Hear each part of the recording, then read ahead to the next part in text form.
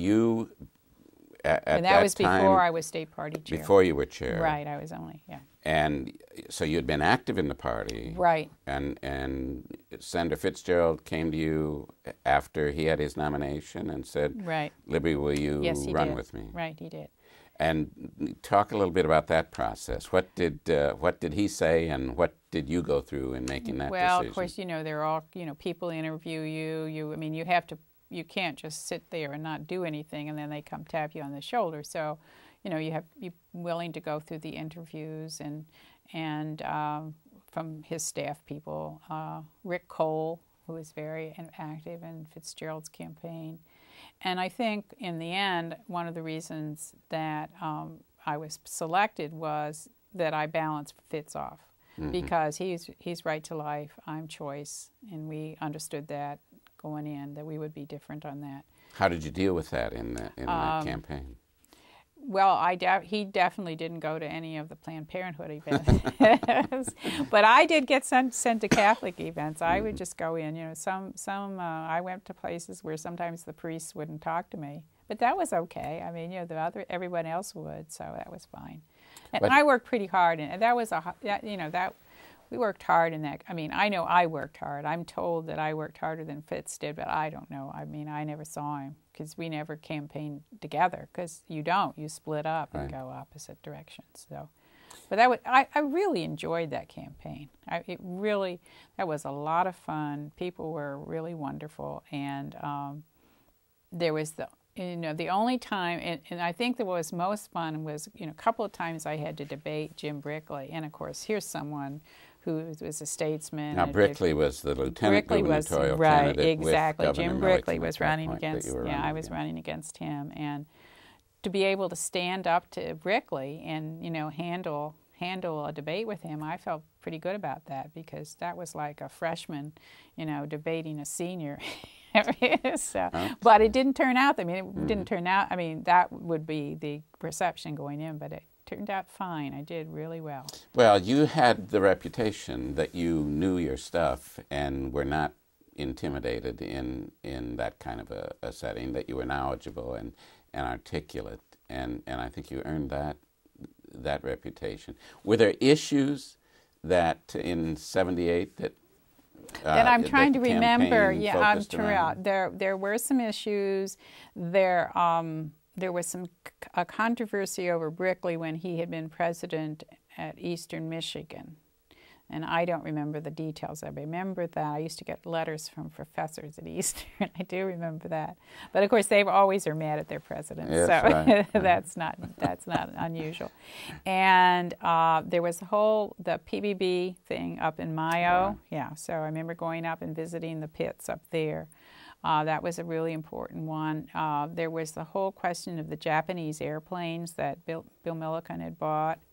So, it was tough running against Bill Milliken, because as you look back, he was such a moderate and had reached out to so many parts of the state that, so there obviously were no issues that were so inflammatory that the citizens of Michigan were willing to turn out the incumbent. So, was there? Who were you contending with when, as a potential candidate for lieutenant governor? Well, I think I've been told that like Debbie Stabenow was interested then in running, because I think she was probably chair of the Ingham County Board of Commissioners at the time. Could well be. Yeah. Debbie would have been one of them.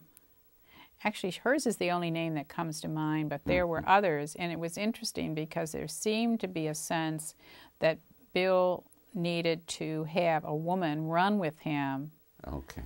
That would sort of soften his macho, whatever, And but I'm sure there were other names. I think maybe Bobby Crim's name was mentioned. He was probably Speaker of the House. Speaker of the House at the time, yeah, right. So there were some other names.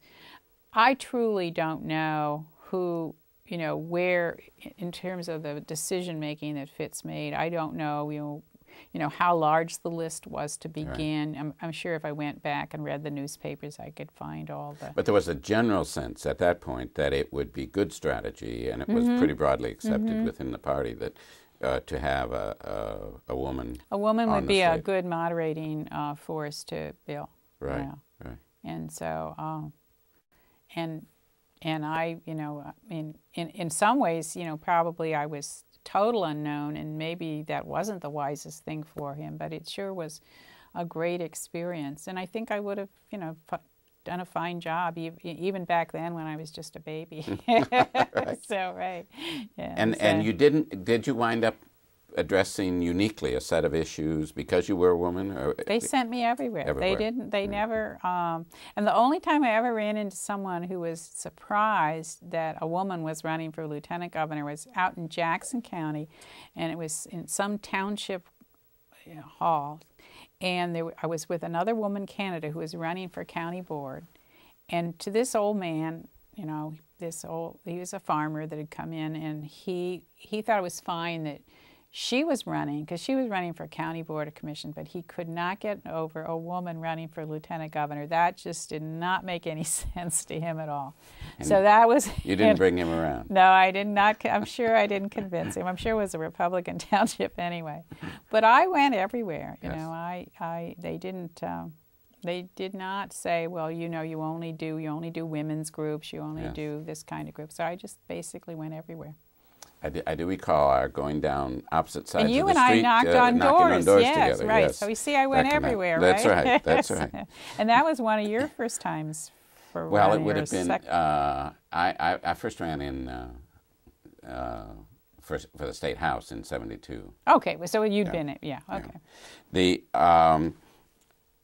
you came out of that race. It's the day after the election. How are you feeling now, and what are you thinking?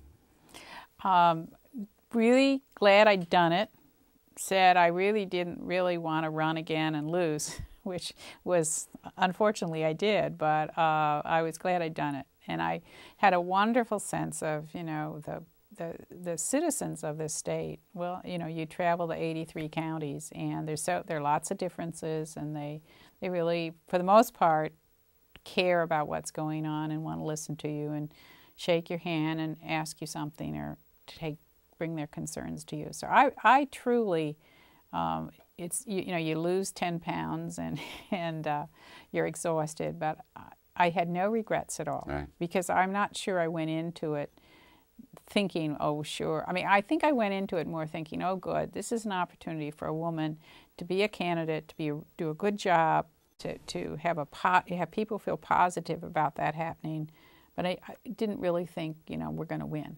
Mm-hmm. So the defeat was not, it didn't hurt. Mm-hmm. You know, it was, I think it hurt my kids more than me, but it did. I think I understood that going in. You had been working on a campaign for months, probably a year and a half or so.